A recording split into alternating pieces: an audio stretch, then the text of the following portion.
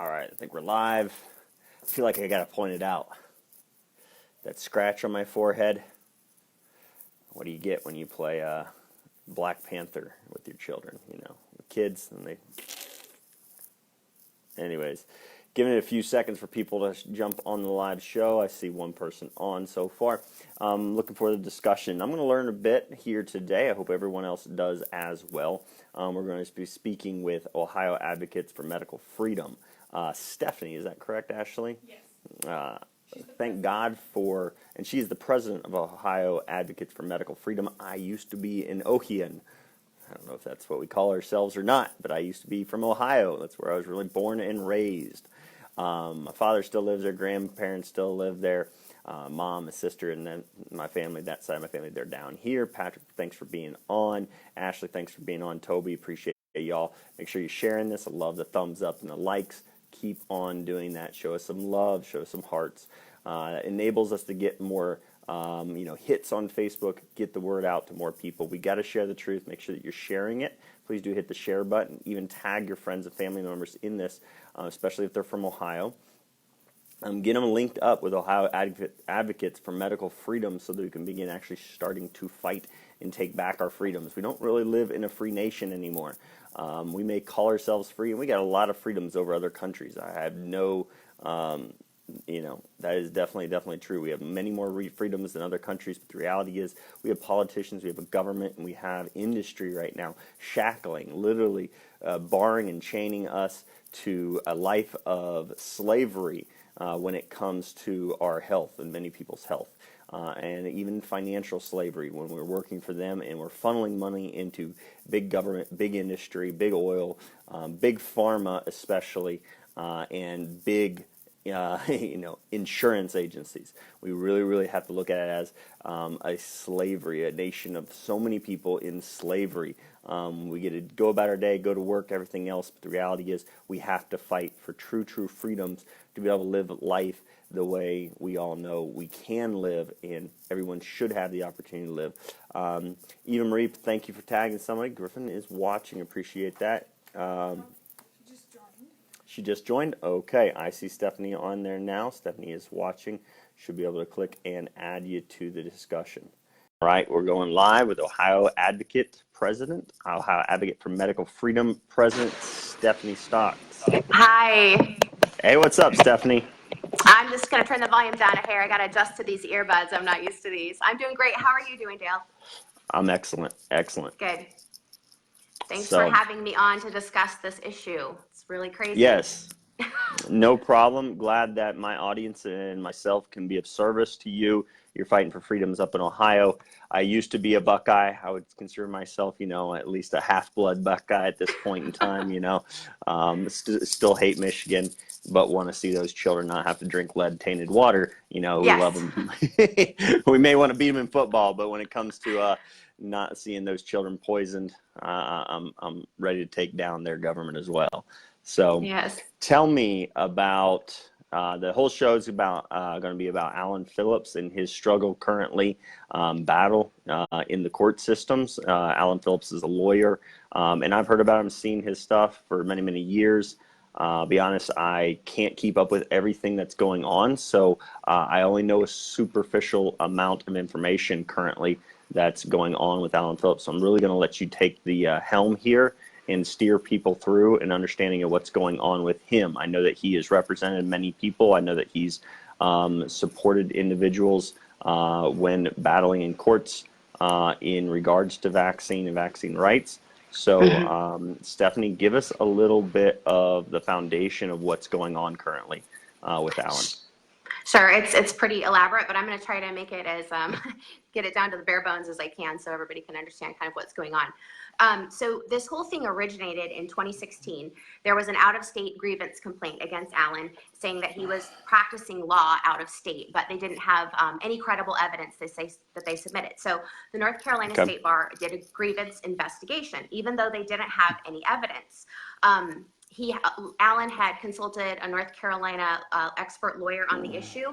He reviewed everything. He found that Alan there was no misconduct anywhere. The only thing he suggested was maybe he bolster his disclaimers a little bit more on his website, which he did.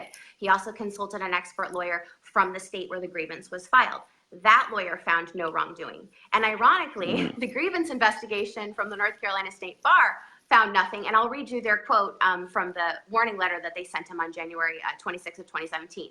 It said, the committee did not find probable cause to justify imposing discipline and dismissed the grievance. So they investigated him on nothing and they found nothing, surprisingly, right? So the real attack, though, didn't hit Alan until he said, hey, wait a minute. The North Carolina State Bar attorney shouldn't be allowed to just attack an attorney for no reason with an agreement with a grievance complaint like that with no evidence, right? Yeah. So he's pretty upset. He's a stand-up guy and he believes in justice. So he files a complaint. It almost sounds like he was basically saying what we should all be able to say is it's a defamation of character, almost attack, saying something when there's not actual evidence of being capable of saying it. Right. But that's just my thought. And as long as they're allowed to do that, they're going to continue to do that, and they can do it to anyone, right? So somebody's got to stand up, right? But what lawyer wants to stand up against their own state bar? I mean, it's like basically career suicide, right? But Alan's kind of all about career suicide and just do what's right. So he's like on board. So after he files that complaint against, it's like he's a little guy that wants to go in and pick a fight with. He's like, I'm gonna get him. But he's scrappy. That's the good thing. He's scrappy. So okay. Yeah, he is. So he files the complaint. Of course, the bar ignores the complaint. So he gets a little bit more annoyed. So he files another complaint. They say, there's nothing to see here, folks, basically. Yeah. So then he brings it he goes public with what's going on, which is when OAMF gets involved and we write a complaint, as do several other organizations across the country. So now we're up to 30 pages of complaints against the North Carolina State Bar, which, by the way, if you go to the ohioamf.org website, you can see the whole timeline of what's been going on with Alan. All the documents are there. I've seen that. Yeah, and he had opened a site called Bar Watch where he was posting all of this stuff too, so people could keep up with what was going on. And in case that ever gets shut down accidentally, that'll still be up on our up on our webpage for people to see that. So, Ashley, did you get TWD working? Yes. And do we have those links she's speaking of right now through the TWD? She's not there yet. I haven't heard it, but I'm assuming. Okay. So Ashley's listening to you as you were speaking, and obviously there's a delay between what she hears me ask and what you said and I asked her. Those links to your site and to the references and information you're referring to will be, if you got us that, or you can get us that, Ashley will put it in the TWD in the comments on Facebook right now. Everybody will be up and running. It is up and running. So if anybody right now watching TWD in the comments, you get the links that we are given and have available to us at this time to the Ohio Association. Ohio Advocates for Medical Freedom. Advocates for Medical Freedom. Okay. So it's ohioamf.org, and it's right on our front page. You just click on Help Alan, and it'll take you right where you need to go. So anyway, so after we file, the bar is really upset. So this is when, So this is when they file they're suing him in civil court for discovery, which is, they want all of his client files. They want emails, conversations, which, how vague can you be? Conversations, I mean, you know how often Alan's on the phone with people? What does he get to record? You can't even submit that. So they're asking for things that are impossible for him to submit so they can find him in contempt of court so they can keep jailing him. This is like a retaliation punishment. We're going to make an example of you for trying to expose corruption. He's basically a whistleblower. I mean, I know he's a vaccine rights lawyer, but this is beyond that. This is judicial corruption. That's what this is. And as it's so much of it right now. Oh, it's everywhere. And, you've got doctors, they're having files subpoenaed, anybody that's getting a medical exemption, stuff like that. I mean, it's attack on everyone. So it's important that we stand up for this. And I think if we approach it from what it really is, which is a corruption issue, and we kind of take the vaccine part out of it, we can reach a lot more people in the community to say, hey, this isn't right. Get people to stand up, because he did get a little media attention the other day, but they just keep putting it back on the vaccine issues. This isn't about him being a vaccine lawyer. This could happen to any lawyer. The fact is we Yeah. have corruption in the judicial system, and somebody better call him out on it, because they're going to just start coming for anybody anytime. Yeah. And it's like the mafia, Well, basically. Yeah, I mean, I've literally been on that kind of idea in trying to say it in a way that people would hopefully hear, is that if we did away with government corruption, if we did away with our politicians being capable of receiving money from known felons. I mean, these organizations, these drug companies, the vaccine manufacturers are known felons. They have committed crimes that resulted in people dying, thousands by the millions.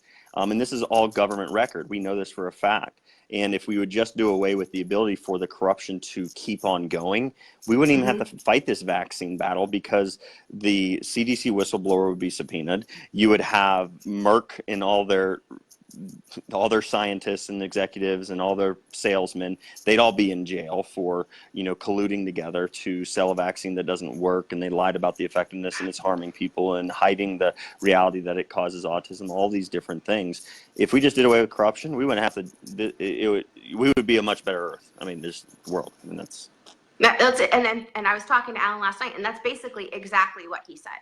We have to fight the corruption. It's a corruption issue. agree. And if we take the corruption out, we take out the whole vaccine issue. Yep. We'll have bodily autonomy again. We won't have the corruption. Yep. We won't have the collusion in government. And that is our big, that is the big issue, is collusion in government with pharmaceutical industry. Yeah, And other industries too, but predominantly pharmaceutical industry.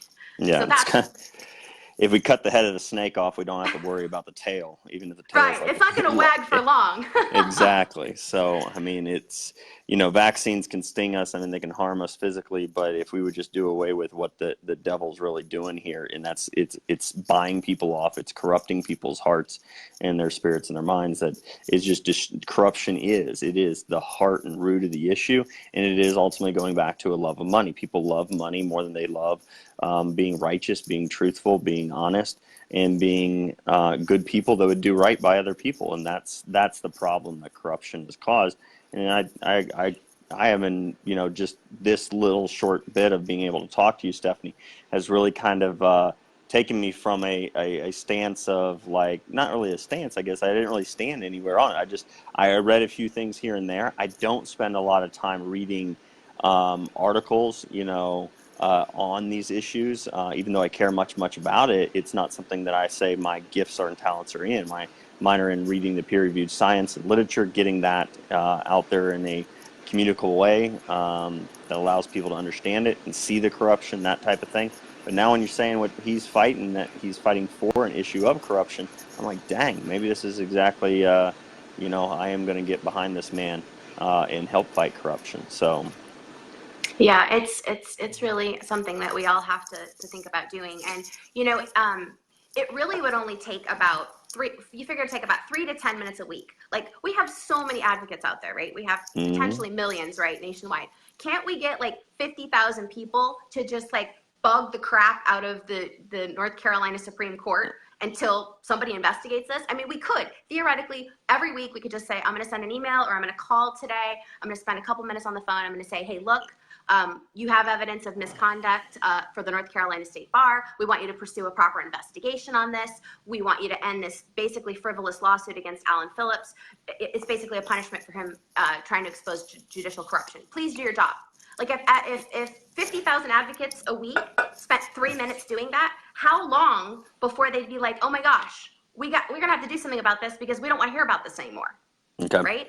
But people have to actually say, I'm going to commit to doing this. Yeah. So that would be our request. I mean, I'd love 100,000 or 200,000 or 300,000 people to do it, because it might only take 2 weeks. Can you imagine your email box every week having, like 300,000 emails in it? I mean, you'd be like, what do these people want? Let's take care of it. Yep. So if we do that, it is a way to stand up, and it's not like we're asking you to drive somewhere and stand there with a picket sign for 8 hours. All right. Yeah. This is like 3 to 10 minutes. Just commit to it once a week, because if we don't stand up for this kind of stuff now, it's going to get worse and worse and worse until we have no America. We have nowhere to go. We can all say, hey, we'll go to a commune if we have to. But why don't we actually just stand up now? Yeah, right. And just, let's save our country. Let's take it back. We can. We started as revolutionaries. We can go back to that if we have to.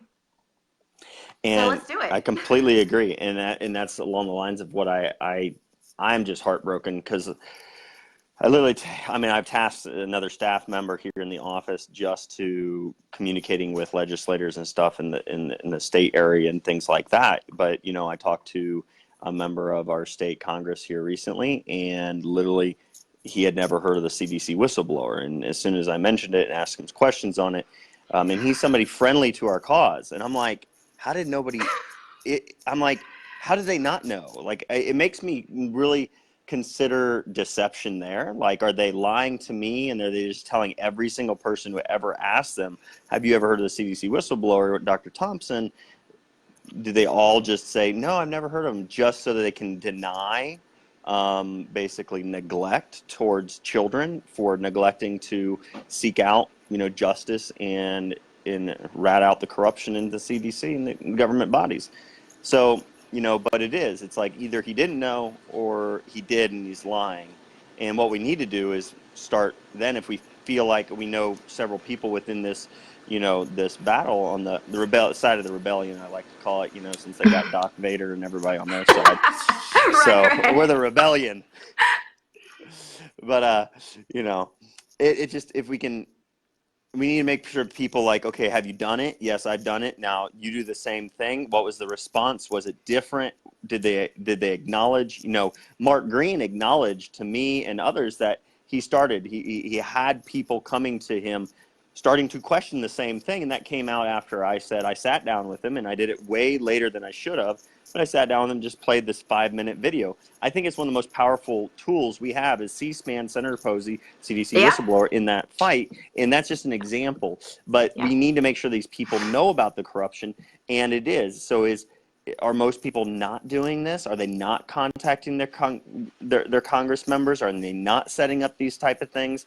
And the same thing goes for what you're asking. You're asking people to move. We can't just speak. I get to speak on Facebook, you do too, in these different arenas and give people information, but we need certain people to take what we've said and act upon it and let me equip you. And we're all different parts of the body. I believe that in a religious faith, we have to think about it in the same concept.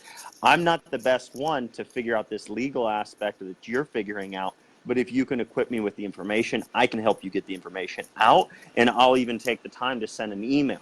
So if people do TWD in the comments, they're going to get the Ohio Advocates for Medical Freedom, your link to your website specific to Alan Phillips' case and the issue.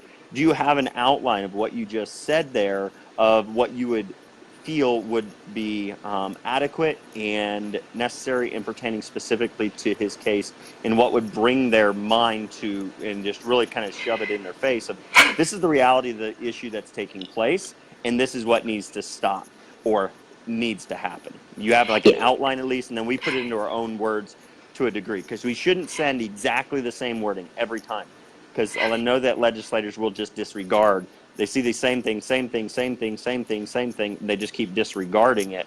But if they see it just a little bit different wording to a human being actually speaking to them rather than a copy and pasted. Does that make sense? Right. Oh no, it totally makes sense. And we have kind of both things going on. We sort of have mass emails. When you send enough, I mean, then even if they don't read it, they have to delete, 800 or 1,000 emails in a day, and it still annoys them, right? So they're going to open one, and then they'll be like, crap, there's another 799 of these, delete, but they still know there's 799 of them. So we have that option to some people. Some people are legitimately like, they panic if they think they have to call and talk to somebody. So we have that as an option. I will take that over nothing, right?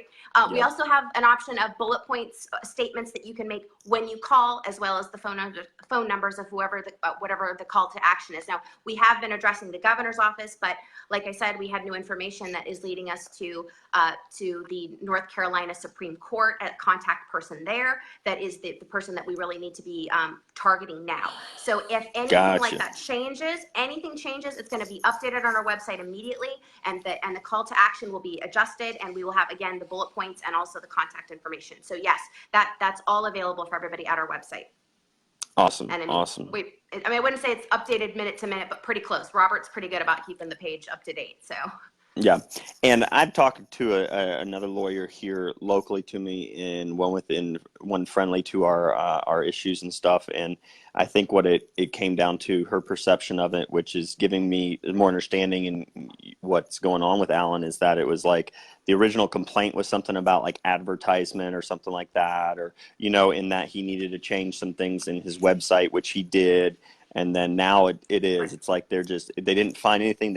He didn't break any rules or anything like that. It seems they filed a complaint. They didn't have justification for that complaint. Like you said, they didn't have evidence of wrongdoing.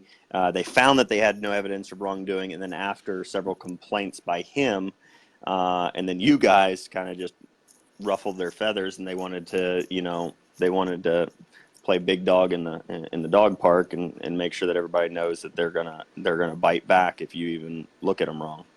Yeah, That's what it and seems like. yeah, it's pretty bad. And when I talked to Alan, I know it was a week or two ago. It was before he went to jail this last time. Yeah. There's like 4 or 5 other lawyers that he's been in contact with. They've had the same thing done to them. Now they're not vaccine rights attorneys. Yeah. They're attorneys for various different things. This is corruption in the state. Yeah. But those guys, they just gave him what they wanted and rolled over. Alan's Yeah. not the type to do that, so he's standing up. But he even tried to get to see if those lawyers would possibly come and testify, saying, "Hey, this happened to me too." But they're like, "We're out of here." They don't. Yeah. They're afraid they're going to lose their license. And technically, Well, if the bar wanted to take Alan's license, they could have found a way to do it. They want to sue him because they want to go over and over and over again, put him in jail, They want to make his life a living hell, and they want to make an example out of him. And Yeah, that's why they chose the method that they chose. So it seems from the outside. yeah, if they don't have the truth on their side, they're just going to they're going to bury him in legal battles so as to. And he won't be able to work. He can't work. I mean, obviously, he's constantly trying to defend himself and stay out of prison, and he's got a 18-year-old at home. So, he's worried about how am I going to keep the lights on, pay the bills, etc. Which, by the way, we have a donation link for Alan.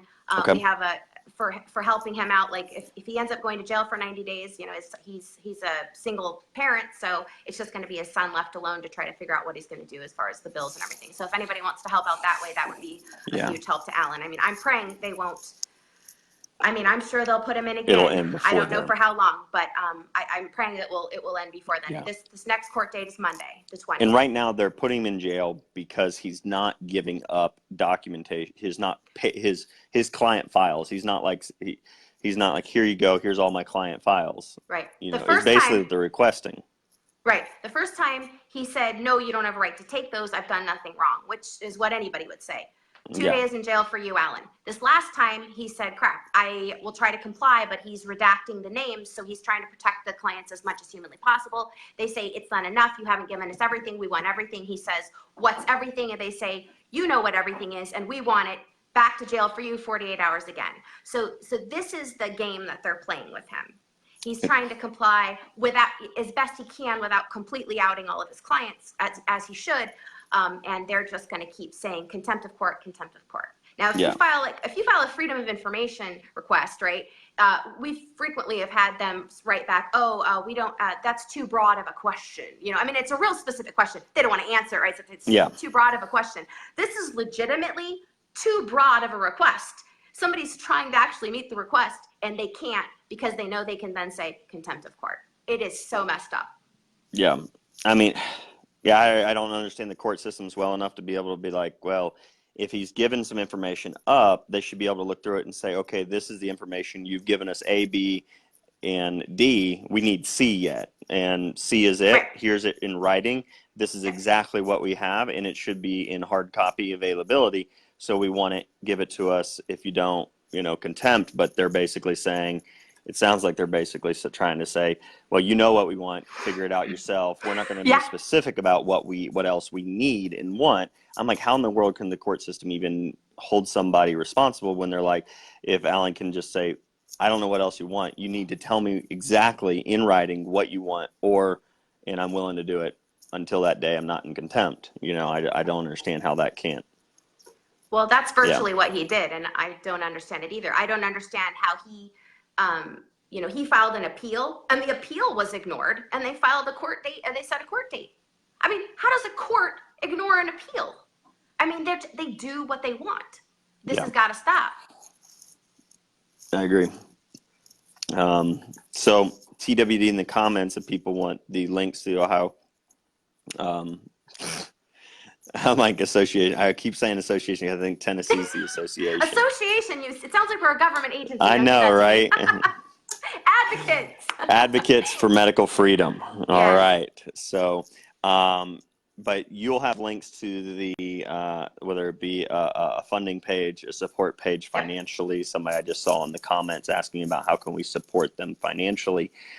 So It's all there. it'll at least lead you in the direction you need to go if you TWD in the comments right now, and then you'll get the link to the Ohio Advocates for Medical Freedom. Advocates for Medical Freedom. Look at some other things, and it is. If it's an issue of corruption, corruption needs to stop, and we need to stand against it, no matter what, no matter where it is.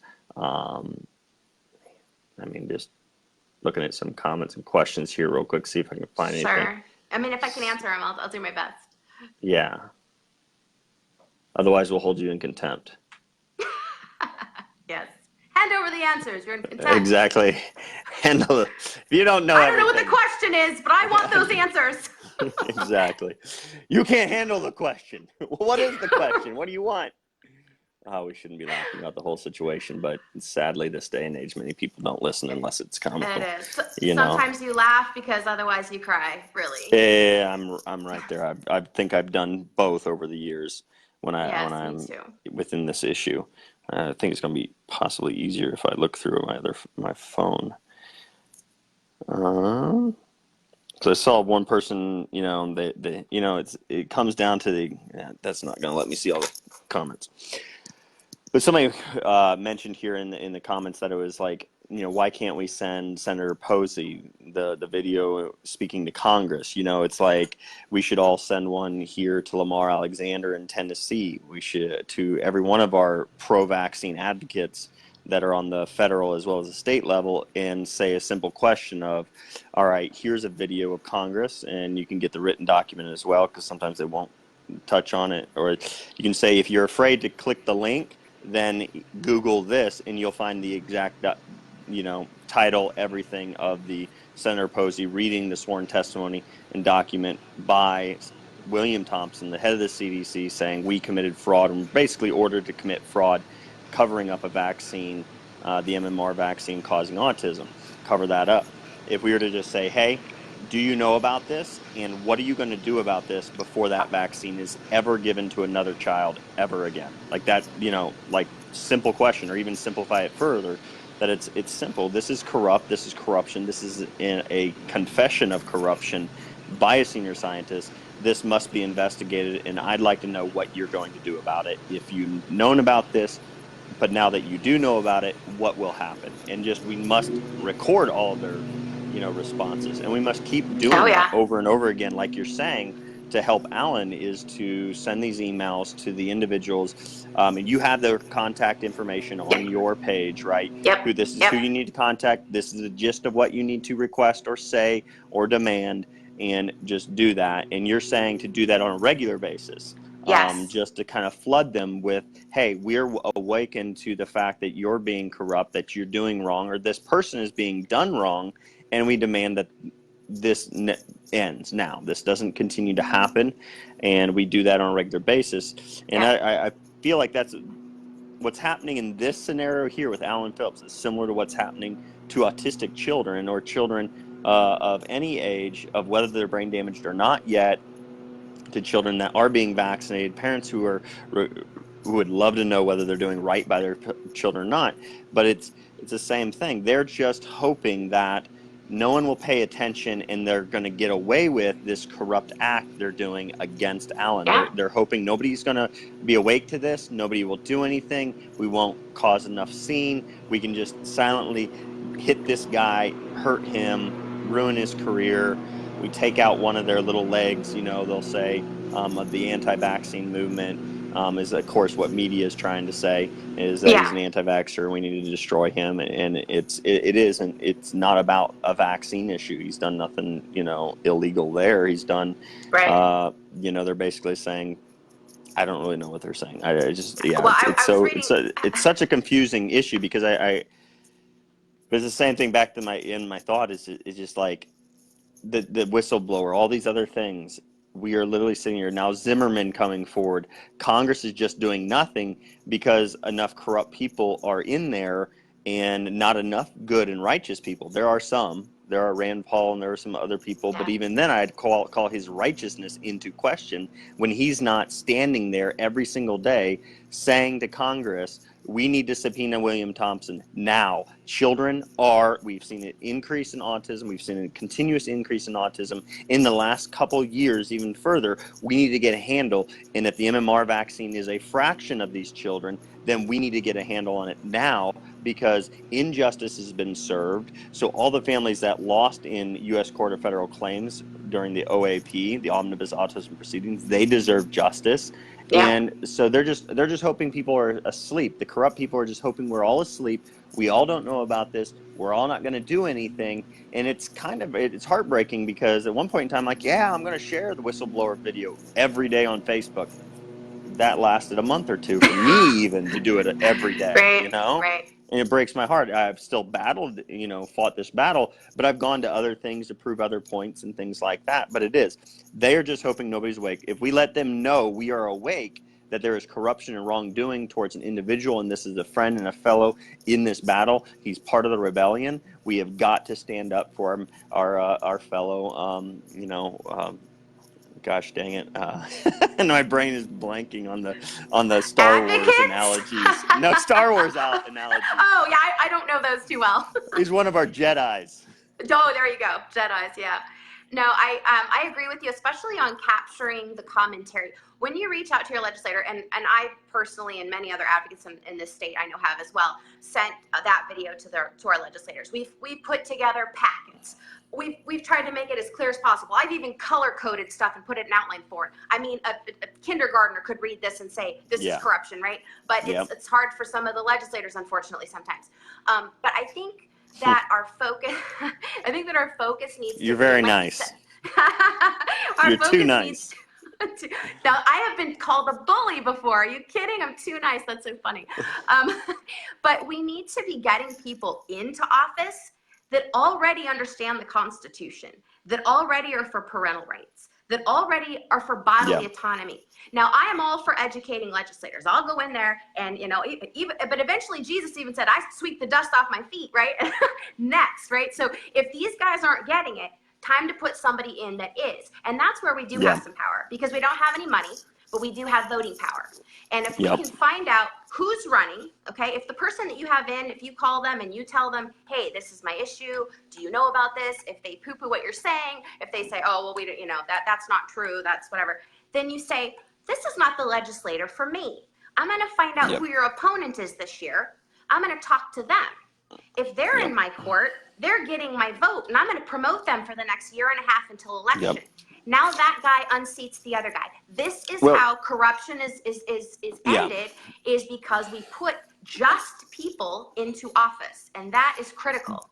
But that's where this movement, the rebellion, really needs to, I'm just going to refer to us as the rebellion now so that we're not the anti-vaxxers anymore. We're not but we're medical freedom, and we're beyond that. I mean, we're fighting for truth and justice in this entire world, and the reality is the rebellion needs to start selecting individuals within this arena, within the rebellion, to actually run for office. Because what we're doing right now, sadly, what we're doing is we're having to go and say, hey, Bill Lee, where do you stand on this? Oh, I don't want to talk about that issue. Right. Where does the next, legislator or person running for office, where do they stand on it?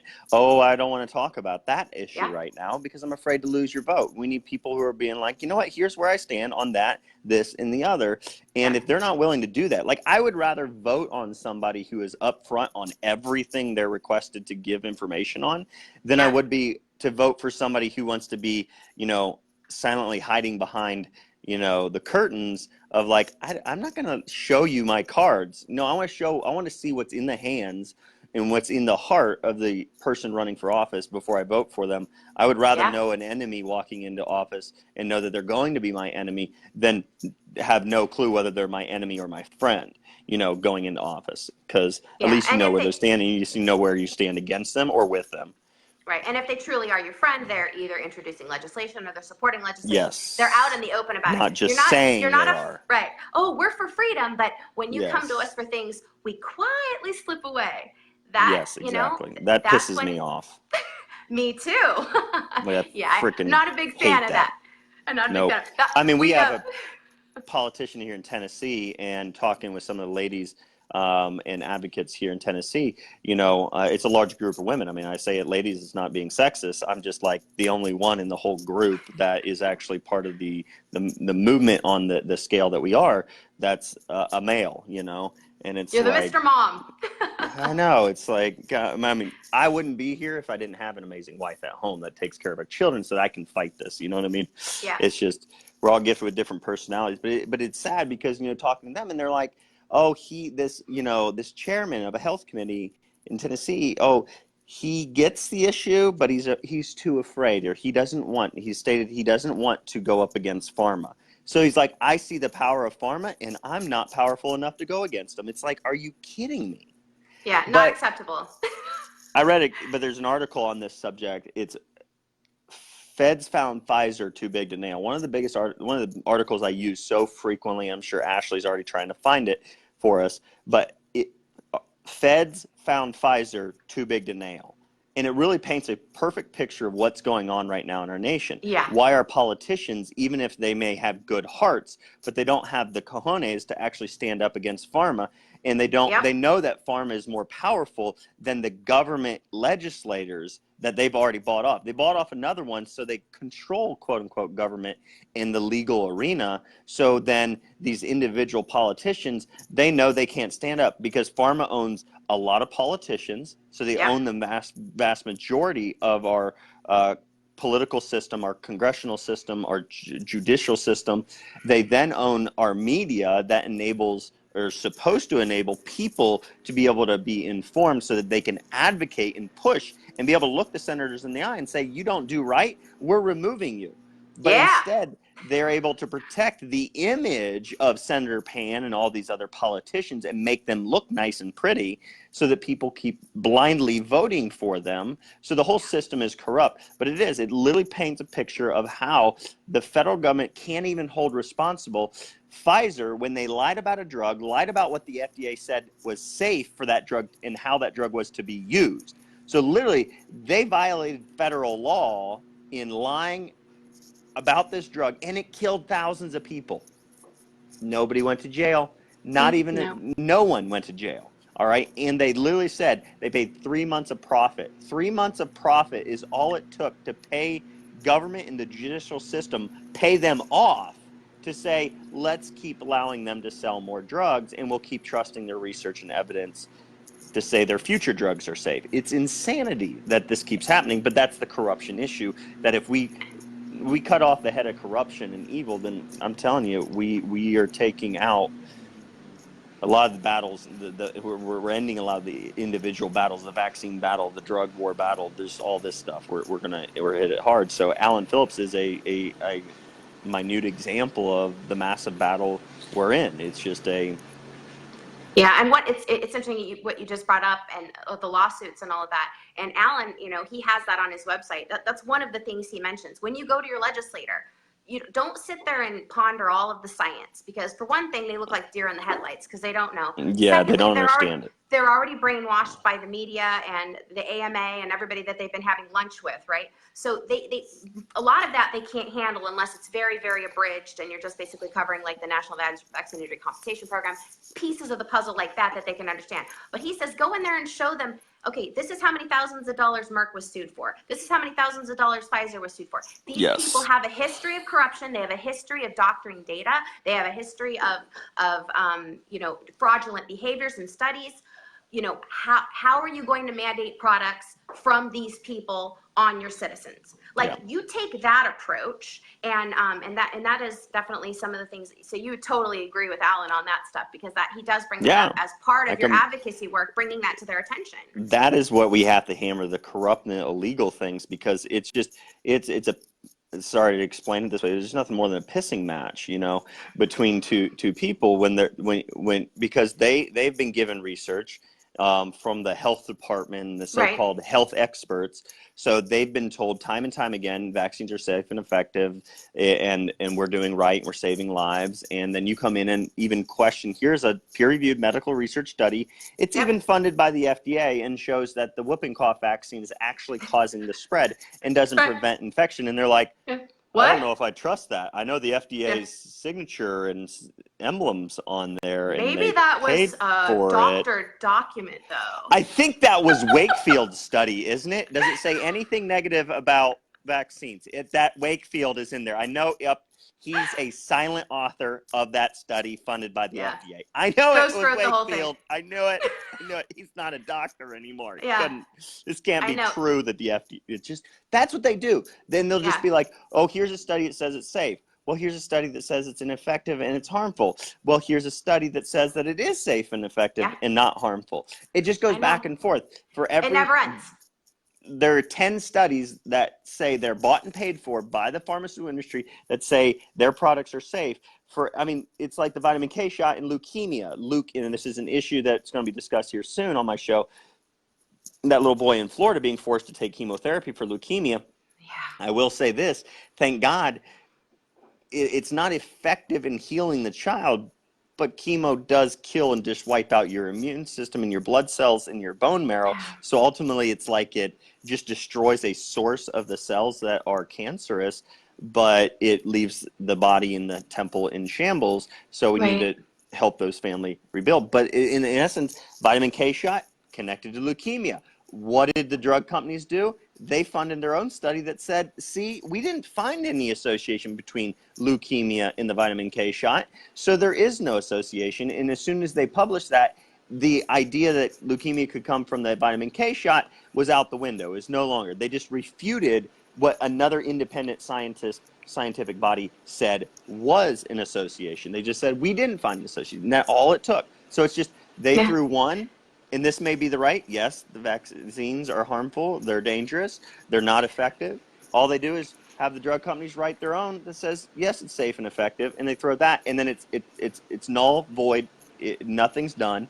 But the legal stuff, they cannot say anything else or do anything else. Nope. If we go after the corruption, if we go after the confessions of fraud. No more asking. What I've been telling people right now in this battle, because you know where I'm at in the battle and what I'm focused on, so I'm sorry I'm taking time away from Alan's kind of topic. But Alan is an example. If we face and put it in their face that there is corruption, there is admission of corruption, there is admission of illegal criminal activity, of fraud, CDC whistleblower, Zimmerman affidavit, with the Hazelhurst case here in Tennessee. If we bring that to them, they can't say it. They can't lay down research and say, well, what they're saying isn't true because here's research.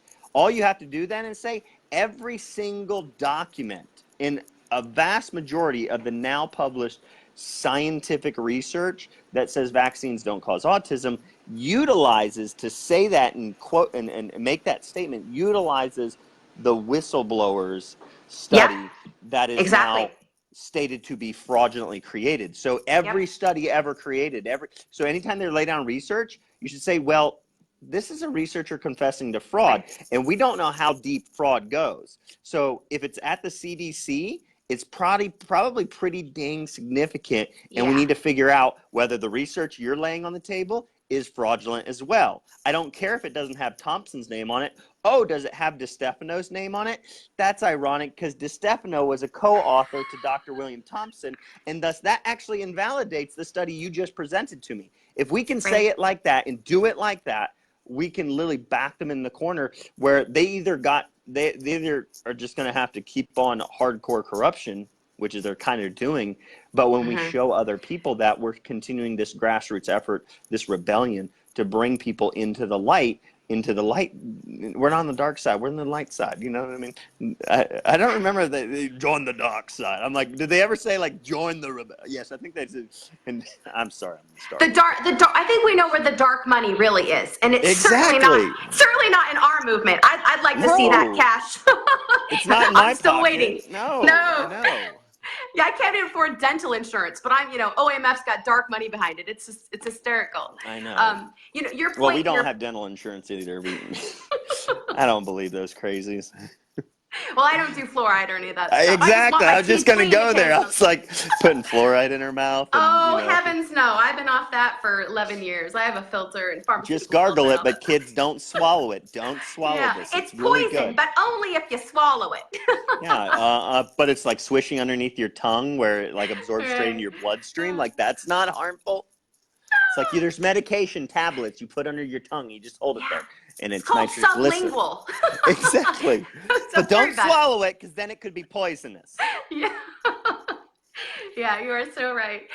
Going back to what you said a minute ago, Yes, please. you cover so many things and I want to respond, but then I have to remember what you said before. When you're talking about like the studies, and I think it always comes back, it does come back to the whistleblower, because you'll be arguing with people online. They'll throw down, people love to throw down that Danish study. If I see that Danish study one more time, it's such old news. It's like new news, it's old news. Are you talking about the most recent, the 2018 Danish study, the one that said that vaccination? It's so, you can't, like, you look at the unvaccinated, it went from like thousands, and like in their conclusions it said thousands, and then you go down to the end, it's like 820 some, and you're like, wait a minute, these were, so they could have been vaccinated with DTaP.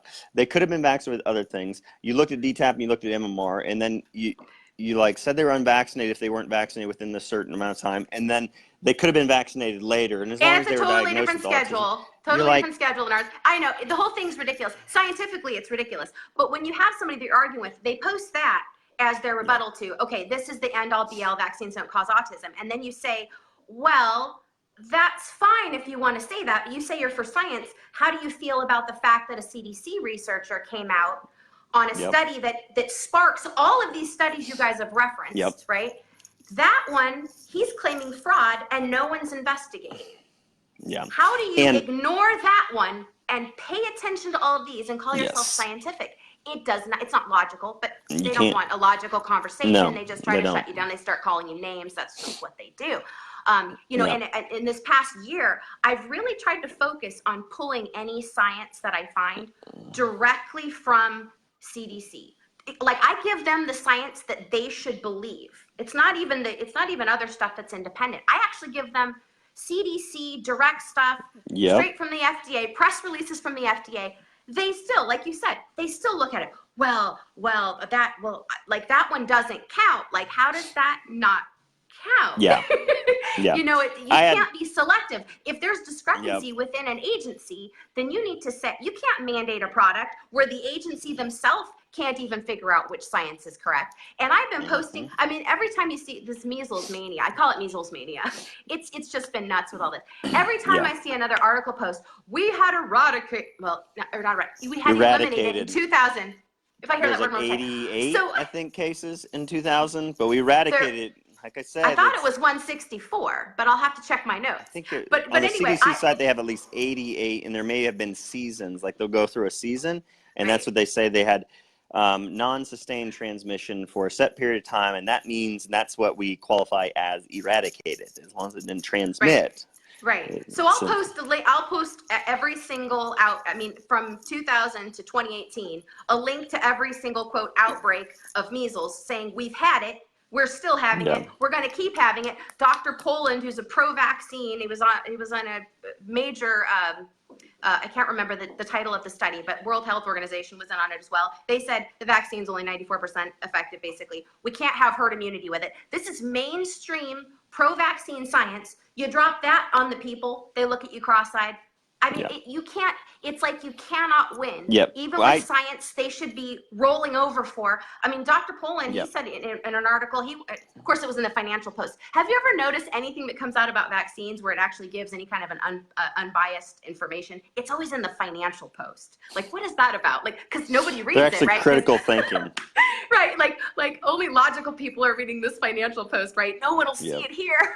But yeah, I mean, and he said, we need to vaccinate everyone on the planet, but not with this MMR, because this one, we can't have herd immunity with it. I mean, and yet there's still, get another one. These unvaccinated kids, we can't have them in school. We can't have them at the library. My God, they're going to kill everyone. It's Yeah, well, ludicrous. that's what I walk around like all us unvaccinated people or our children who are unvaccinated are somehow walking around with deadly diseases, yet they're not dying from them and they're asymptomatic. They have such great immunity that they're able to walk around without sign or symptom of and any type of illness, and then they're somehow transmitting a deadly illness to vaccinated people, and they're threatening the lives of vaccinated people with a disease that isn't killing them, that is deadly to the vaccinated people who are vaccinated against it.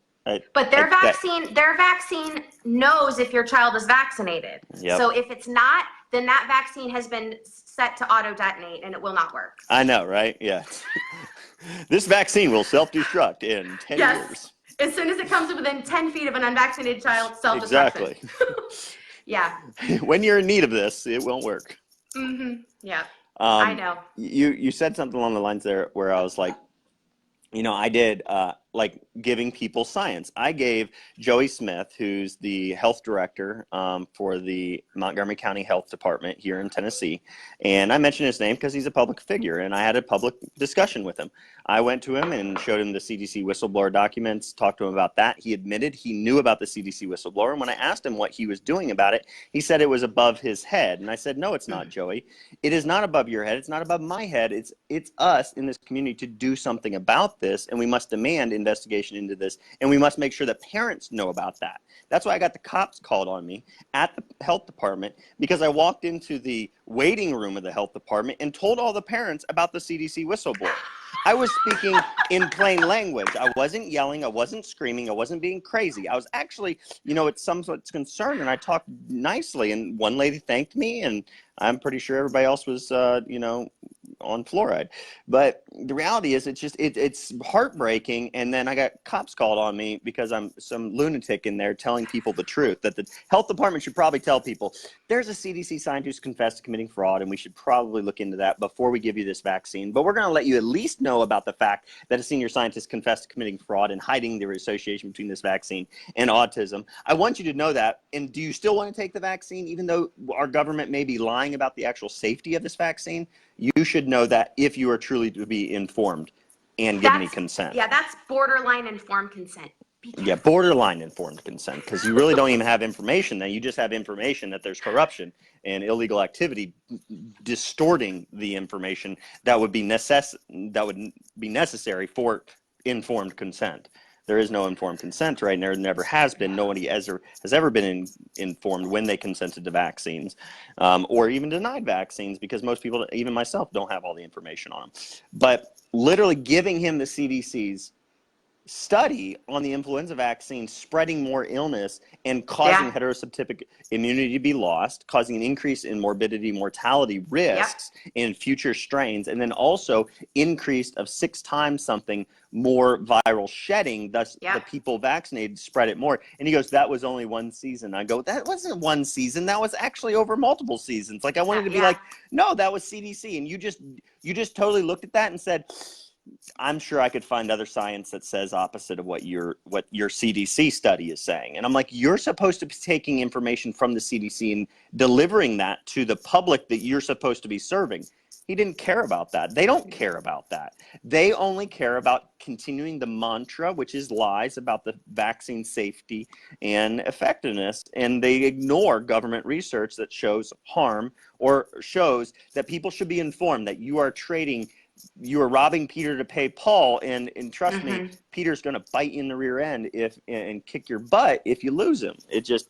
They just don't care. They just don't care. And if they cared, they would actually pay attention to that science. If they cared about giving people the truth, they would disclose all of that information to every parent before they chose to take any of those vaccines. They wouldn't just say, oh, we believe this, and this is all we believe. We may have funded that. We may have shown that. We may not have science disprove that, but we're not going to tell you that, because we're going to continue to say that's not enough information to say they're not effective. Or that's not enough information to say that they're harmful. So we're not going to say it until we feel like we got enough. Oh, wow. VAERS said that there wasn't enough reports in a voluntary reporting. So VAERS said there wasn't enough reports of spontaneous abortion. So spontaneous abortion isn't actually caused. Although we have the study over here that actually followed a set group of women and found an increased risk of spontaneous abortion after the influenza vaccine. That's actually Yeah. higher quality research, and we're not going to use that. But VAERS said there wasn't enough reports to say there was an increased risk. But when VAERS said that there was an increased risk of autism following vaccinations, and the science said, yes, there's an association here, there's a signal here within VAERS, we're going to throw that out. We're not going to listen to that. We're not going to believe it because it used VAERS. They literally would say, Yeah. if VAERS says Yeah. vaccines are safe, we will Yeah. use that data I know. as evidence for safety. If VAERS data says it causes harm, we're going to throw it out because VAERS is a voluntary reporting system, and it isn't accurate science. It's Right, like, and the Hulk reported an injury, so Yeah. it's not a valid website. I know, and that is exactly what they do. If it doesn't fit the agenda, they're Yeah. not going to use it. It doesn't matter if it's from the same agency. And I think it's hysterical that, like, innocent until proven guilty, like, somebody needs to tell the pharmaceutical industry that doesn't apply to them. If you're going to vaccinate 4 million children a year, you better have your crap together beforehand. Yep. Not 40, 50, 100 years into the process. Oh, by the way, we're just going to tag out a few little studies here and there. Everything's fine. No, that's not how it works. That's not how it should work. They're not Yep. protected under the Constitution. They're guilty until proven innocent. Yep. I agree. At this point in time, I mean, how many times, like, I've been thinking, like, I would love to sit down with a legislator and be like, how many times would I have to lie to you? Be like, the first question, hi, my name's Dale. How many times would I have to lie to you before you wouldn't believe me anymore? And just wait for their answer. And most of them should say probably once. And I'd be like, okay, here's Merck. They're found guilty in federal court of lying about Vioxx. Here's another one. Here's Pfizer. Yep. Here's this company. Here's this company. Here's this company. Yep. Here's the same companies over and over again. You know, Feds found Pfizer too big to nail. That article should be understood by every single politician. And if they're a righteous human being, they would say, I can't take money from these crooks and criminals anymore. I have to stop this because Yep. it's destroying and killing people. And we don't know how much death and destruction it's actually causing because we're not looking at it and we're letting people in the science come from the industry that is making the drugs that they're saying is safe but is actually killing people. You know, it literally said they're in court for 12 other drugs. They're found guilty on one drug, but at that very moment when they're found guilty and paid 3 months of profits, they then were in court for 12 other drugs. And I always say, fool me once, shame on you. Fool me twice, shame on me. Yeah. So I hope our politicians would think the same thing, but we sit back and say, you know what? We're going to believe the science of the pharmaceutical industry, and we're going to believe their word again. We're going to take their word on vaccines. And, like, you know, I think I've seen a post from Bobby Kennedy saying that, you know, it's like everybody's like, yeah, we know drug companies are corrupt. Look at the opioid epidemic. Look at Vioxx. Look at Avendia. Look at all these drugs that were killing people. But you know what? When it comes to vaccines, there's no way. Like he said, I think he said they somehow found Jesus when they created vaccines, even though they had to kill babies. Christians, wake up. They killed babies. Every time you accept a vaccine, you say your child needs a vaccine, and by them saying it is necessary for vaccinations, for the protection and savior, for the saving of children's lives physically, that there had to have been sacrificial babies sacrificed on the altar of vaccinations. They had to have been sacrificed. They had to have been killed. That meant that God's will intended for other children to be killed so that yours could live. How you like that, Christians? Come on, wake up. I'm a Christian. I love God. And that doesn't even stop there, because you have that portion of the herd that's also going to be injured or killed by the vaccine. Yes. And who made that decision? You're putting a government mandated product into a child. Disease, let's face it, disease is natural. It's horrible when a child dies from a natural illness, but at the end of the day, it was a natural death. It was not a death that was inflicted because of a product mandated by a government. That should not ever be in the hands of a government, ever. Yep. So I will never subscribe to that. And any Yeah. politician who does has got to go.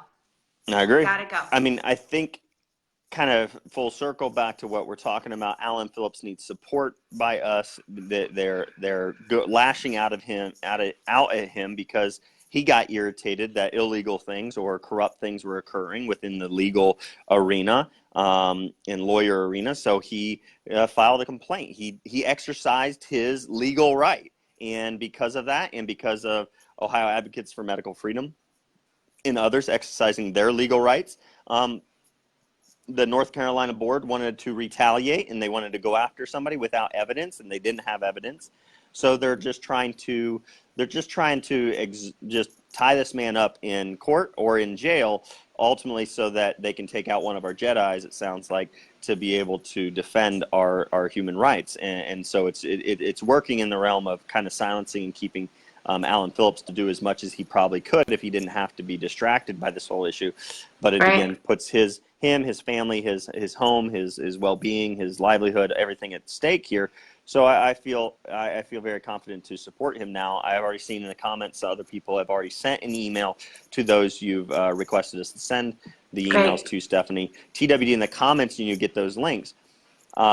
Anything else in regards to the Alan Phillips? And then I think I wanted to kind of mention what are some next steps? And I think you mentioned something is very, very, very, it's front and center, needs to be front and center, is that we need to create, we need to organize ourselves in such a way that we can start picking individuals who would run for political office, and then we need to start voting for them and pushing for them and supporting them to run for office. We are not going to get, if I wanted to run for office in Tennessee, I am not going to have pharma behind me. They're not going to fund me. There's not going to be the medical community and the major funders of people getting to office are not going to be there for me or anybody else in other states to be able to run for office. So we have to put our money together, we have to put our minds together, or we need to at least put boots on the ground and send emails, or we need to go and talk to all of our neighbors and start working. So I think we need to start pushing for the next legislation, or the not legislation, but the next elections. Yep. And start now. what can we do? So repeat to everybody, make sure everybody has a clear understanding of what you want them to do to support Alan Phillips right now.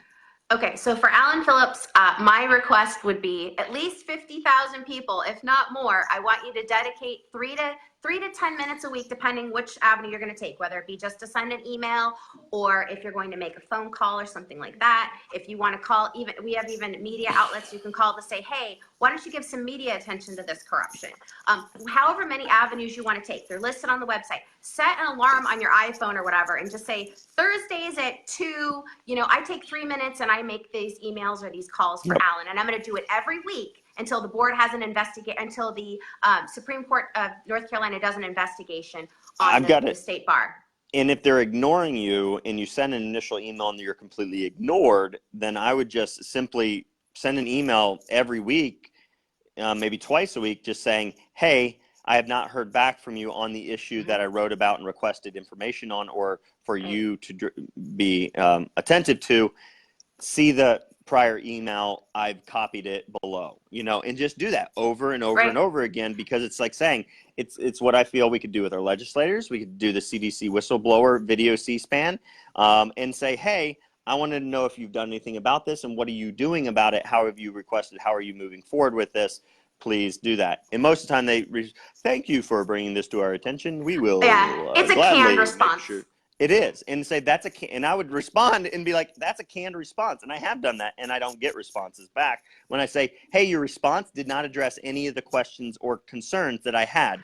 You overlooked them. And in fact, your statements are in opposition of what I brought to your attention. Therefore, you are saying, it's like they're saying one thing that is proven wrong by what I sent them. And if they paid attention to what I sent them, they wouldn't have ever said what they said. We trust the CDC. And I'm like, I just sent you an email wanting to know if you had heard about a CDC scientist confessing to fraud. And you're telling me you stand by the CDC statements on vaccines? You're a smart one. Don't deserve to be in office. No, that's for sure. Emails. Right. Emails and phone calls for this. And as far as what you're talking about at a state level, one of the best ways to get candidates on record is, when you're looking at their pages, and you'll see posts, there'll be a post, and somehow you'll be able to incorporate the vaccine issue or bodily autonomy, and you just leave a comment in there. Now you're public. Now they're like, ooh, do I not answer this person's questions publicly? Sometimes they'll block you. That's happened. And when they block you, you know that's a legislator that's not for you, right? Yep. And if they respond, you hold them to that response. Contact them. We did a voter guide last year. It was very effective. We basically sent out a very basic question out to all of the candidates and incumbents regarding medical freedom and do they believe in the right to bodily autonomy for individuals and for parental rights for parents for vaccine exemptions in the state. And we wanted a direct answer. If they couldn't answer us, we didn't verify them as a candidate. And we put out a list and we said, here you go. Here's your list of candidates and your incumbents that are for medical freedom.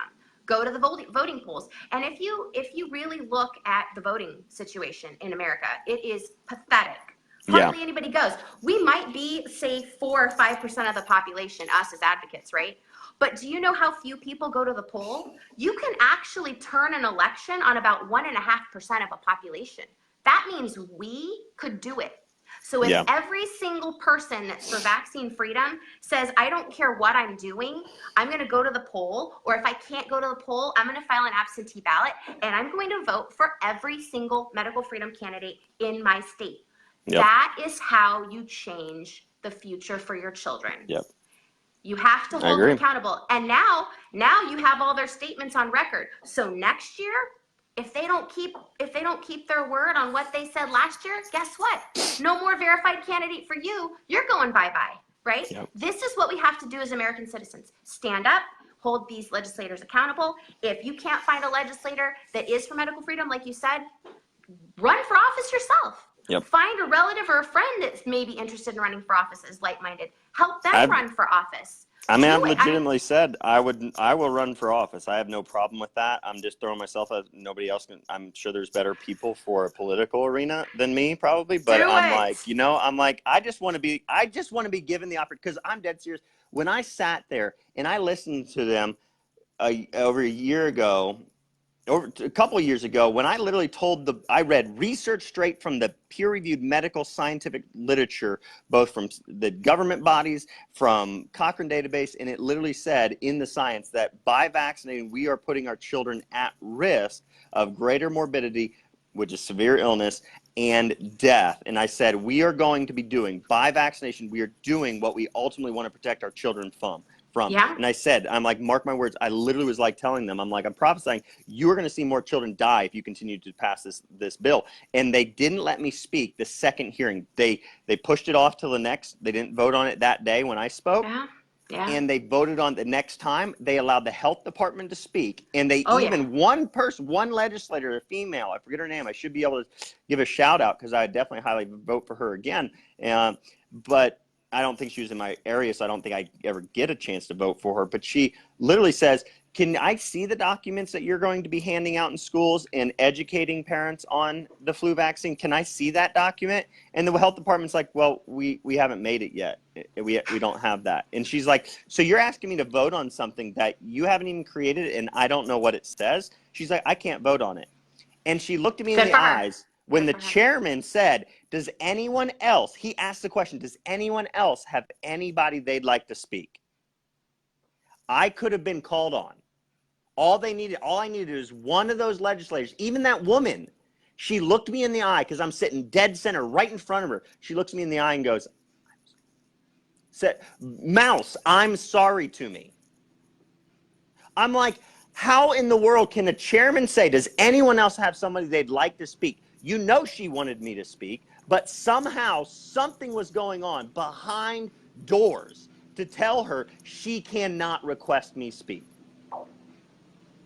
I just want the opportunity to sit toe-to-toe in the face of these legislators that are corrupt and evil and call them out and have a legal capability of doing it, because I know exactly, just like the hearings at Washington on the measles outbreak issue, and when Fauci lied, when it's in government records that encephalitis is caused by the vaccine. He attempted to lie. The man should go to jail. He's broken a law. It was only because people in the audience were willing to, quote unquote, I don't know if it's a law or not, but they spoke up.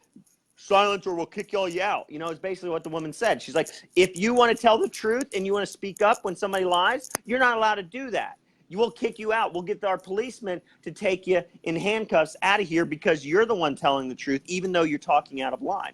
So we can't speak, even though we're listening to people lie. We can't speak unless we're one of them.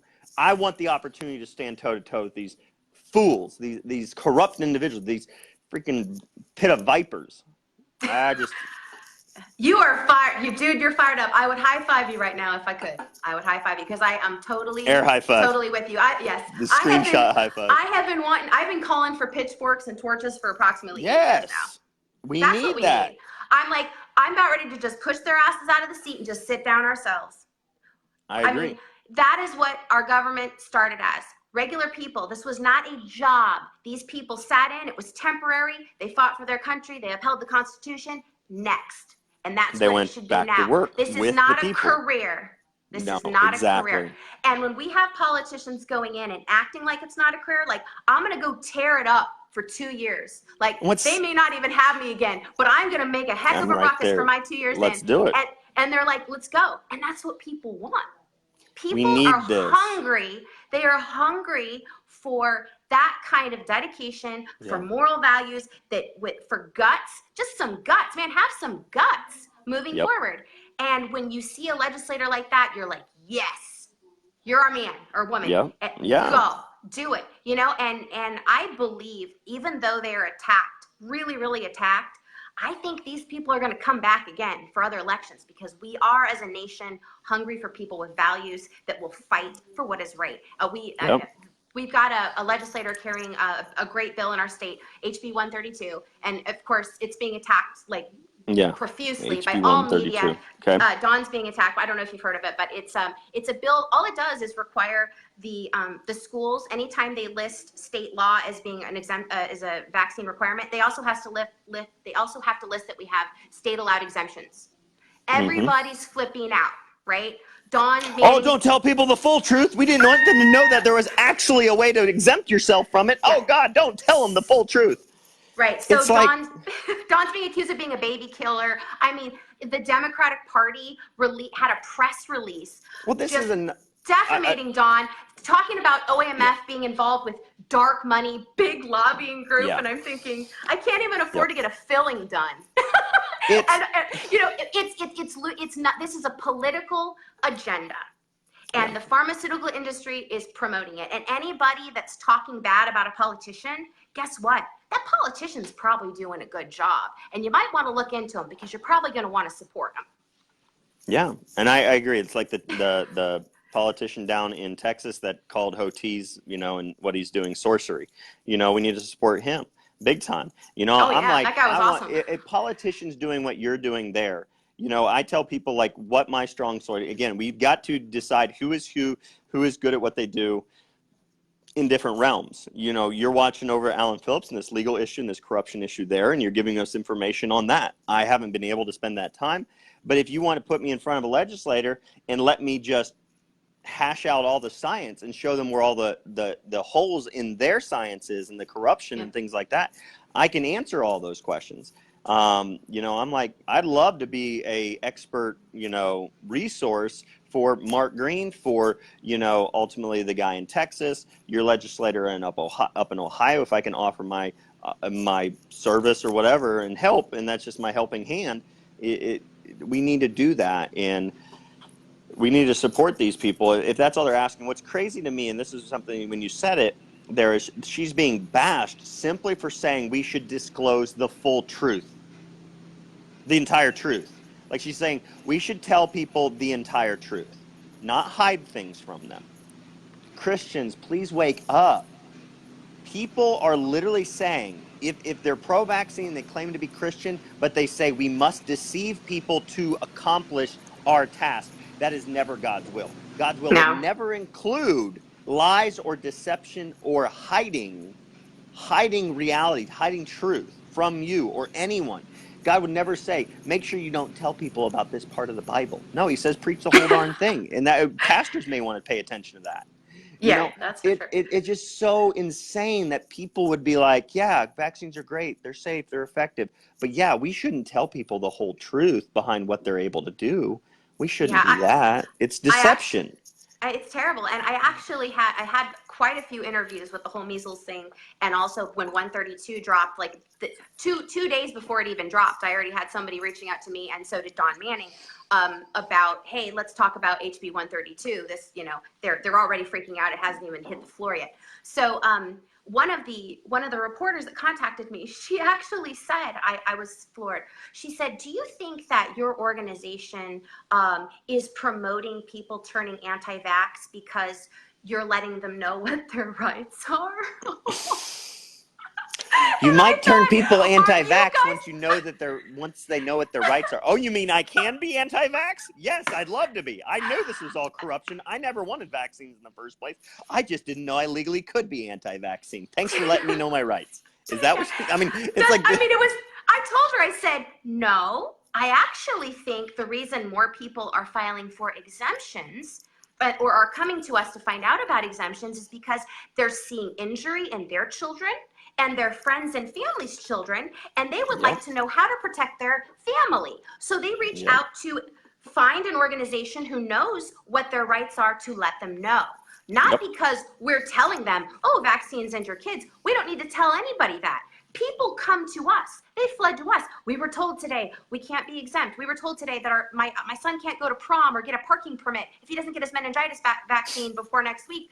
And these people reach out to us. They find us and come to us. We're not running out in the street saying, stop vaccinating your kids. We've never said that. We always say it's parental choice. And if you want to vaccinate your child and you're informed about it, that's your business. I mean, they'd have more logic. This is bad humor for me, but they'd have more logical reason to argue for the HPV vaccine before prom than anything else, really. I mean, come on, Let's not encourage them to mandate that, please. I know. I'm kidding. That's probably from now on, they'll probably be like, because there's promiscuity on prom night, we better vaccinate all children against the HPV before prom night, just to protect them against sexually transmitted diseases. I'm sorry, I got bad humor sometimes. I know. Unacceptable. I know. I try not to give them any ideas because they have enough as it is. But yeah, it's a real problem, and I hope people. I don't want to keep you too long. I know I'm You're going to get my boys are coming home pretty soon, so I need to not be tied up because I'm a homeschooling mom, not because I have to be, but because I want to be, because I'm not a real huge fan of the government. You don't want them indoctrinated, huh? No, I don't want to have to unschool them when they get home. But yeah, I really want to say again, please go to our website, ohioamf.org. Yep. And we will keep you up to date continually on what's going on with Alan and who you need to contact, phone numbers, bullet points on what you can say if you're not really quite sure how to say it, and then you can tailor it to your own needs. But do it every week. Every week. Don't stop. Seriously. Set an alarm on your phone, okay? Because if we don't stand up for Alan now, who knows how long he'll go away. I mean, they can take him up to 90 days this time. They can put him in jail up to a year, and they can do it 90 days at a time, 2 days at a time. They can virtually ruin this man's life and make him unavailable in a crucial time right now with all of these mandates coming out, rolling out, people needing religious exemptions, people needing to know about Title VII for employment, those kinds of things. This is a critical time. We cannot have him gone. So people have got to make time for him every week. He's been there behind the scenes for all of us. It's time for us to step up and be there for him. I agree. Until this is taken care of. I agree. I will get my staff. I'm dead serious. This is the way I work. I'm like, staff, we're writing an email every week. Okay, we're sending an email, and it can be simple. It can be the email and the gist of what Stephanie is telling you on her website. If you TWD in the comments here on Facebook, you get the links to the site she's referring to, Ohio Advocates for Medical Freedom, and then the information about Alan Phillips and his case and the corruption of the North Carolina bar. Be able to speak out against corruption, and just simple. Once you write the long one, always just copy that, and then each week you just have to say, please see the referenced email. I have not heard back from you. Your response is inadequate. Your response, I'm going to hold you in contempt of me for not actually contempt addressing. Of freedom. You're in contempt of freedom in the American way. So just constantly, just add 1 or 2 words to it, 1 sentence each week after you've wrote at least the major and the first one, and keep going. And additional, things we need to start working towards is as the rebellion, we must start standing up and selecting and raising up people who are going to run for political office in the future in these next election cycles, or know 100% we have people who are going to fight for us, not people who are just going to respect us and respect our wishes. That is not the person we should vote for. We should vote for somebody who's going to fight for our children and going to fight for all the children that we're fighting for. I'm not fighting for my children. My children are going to be safe and sound, or I'll be dead before they're in harm's way. Yes. So the reality is, I'm not fighting. I'm fighting for everybody. I'm fighting for Stephanie's children, but I don't sound like I really need to fight for hers. So she's fighting. We're fighting together for everybody else's children who don't know the truth, who are going to be injured today, injured tomorrow because of vaccines and government and pharmaceutical corruption. Those are the people we are fighting for, and we need to start speaking in that way, and we need to make sure that we're represented by individuals in the political offices that are going to fight the same way we see righteousness to be. We know righteousness is in the individual who is going to fight for all children, all people, not just say, yeah, I'll protect your rights to just not vaccinate your kids, but I'm not going to fight for justice over here for all those children that were denied compensation in the OAP or any other case. We're not going to fight for, the future children and future young girls who are going to be infertile because of the HPV vaccine. I'm not going to fight for those parents to know the truth before they vaccinate. Those aren't people that are good, that are righteous. They're not. They're still self-serving, and they might be respectful, but it's still not what that position is supposed to be about.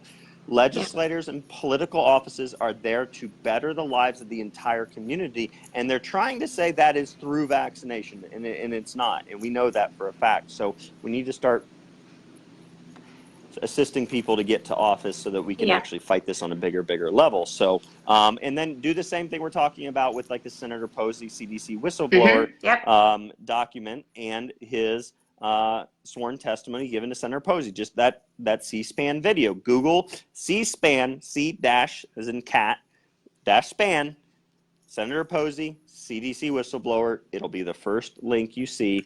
It'll be congressional video, 5 minutes, send it to every single legislator. And every time they send a blanket statement back, say, no, that is unacceptable. Do not consider this the next time this issue comes up. You bring the issue of corruption in medicine and at the CDC up the next time you come to session, and you make sure you're passing bills to make sure that the CDC is no longer able to dictate any information that is given to any citizen of the United States in regards to the quote-unquote safety of vaccines if they have their own researchers confessing that they are committing fraud. They shouldn't be allowed to do any of that. And if they won't respond to those emails, you stalk their Facebook page and you start commenting on those. Yep. I mean, they already post the video link in the comments. And I do that keep every doing time. it till you get blocked. Whatever you got to do. Get out there and get heard. Can't we file They a work lawsuit? for us. Didn't somebody sue President Trump because he blocked them on Twitter or something like that? And I think they won a case against him. I've heard somebody I thought I heard something like, oh, you can sue if they block you on Facebook. I'm like, oh my gosh, I'd be rolling in money right now if that was true.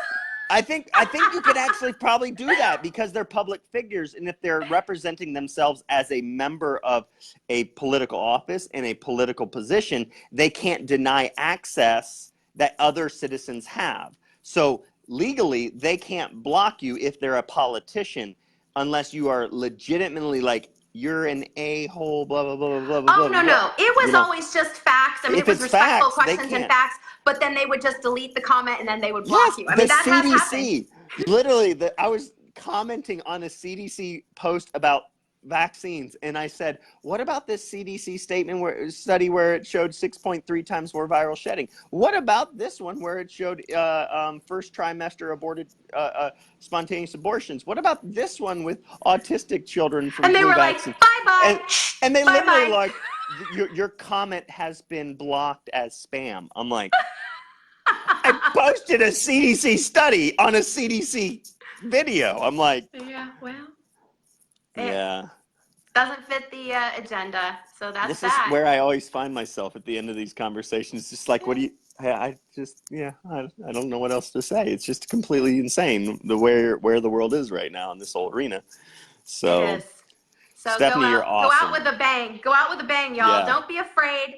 We don't have time to be afraid anymore. Now is the time to stand up and Yep. get loud. If you were ever going to get loud, now is the time. Because Yep. we're either going to go bankrupt as a nation because we can't afford all the vaccine injuries, or, you know, or the corruption is going to get exposed. So let's be Yep. on the right side of history. Yes, absolutely. Well said, Stephanie. Thank you so, so much. All you Yep, still thank watching you. out there right now, share the truth. Don't just like it. It's the only way we save lives. And let's go after and protect the life and just the livelihood of and the freedom of Alan Phillips. And let's support him in this situation that he's in right now. So TWD in the comments, get the links to the Ohio Advocacy for Medical Freedom, Advocates for Medical Freedom. Get that. Pay attention to their information. It sounds like they're bringing out great stuff to help equip you all, and myself included, with information that enables us to fight this battle on a much higher level. So again, join the rebellion. I hope they will, and you Stay can away follow from the our dark Facebook. side. Follow our Facebook page too. We'll have it as soon as we get an update on what happens at court on the 20th. Then we'll put up a Facebook post on that. So if people want to get you know, quicker information, that'll definitely be there for them. Awesome. Emails will be going out today and tomorrow, Stephanie. I appreciate you so much. That's your We'll virtual chat again fist soon. bump. Yes, All right, thank you. All right, See ya. bye-bye. Bye.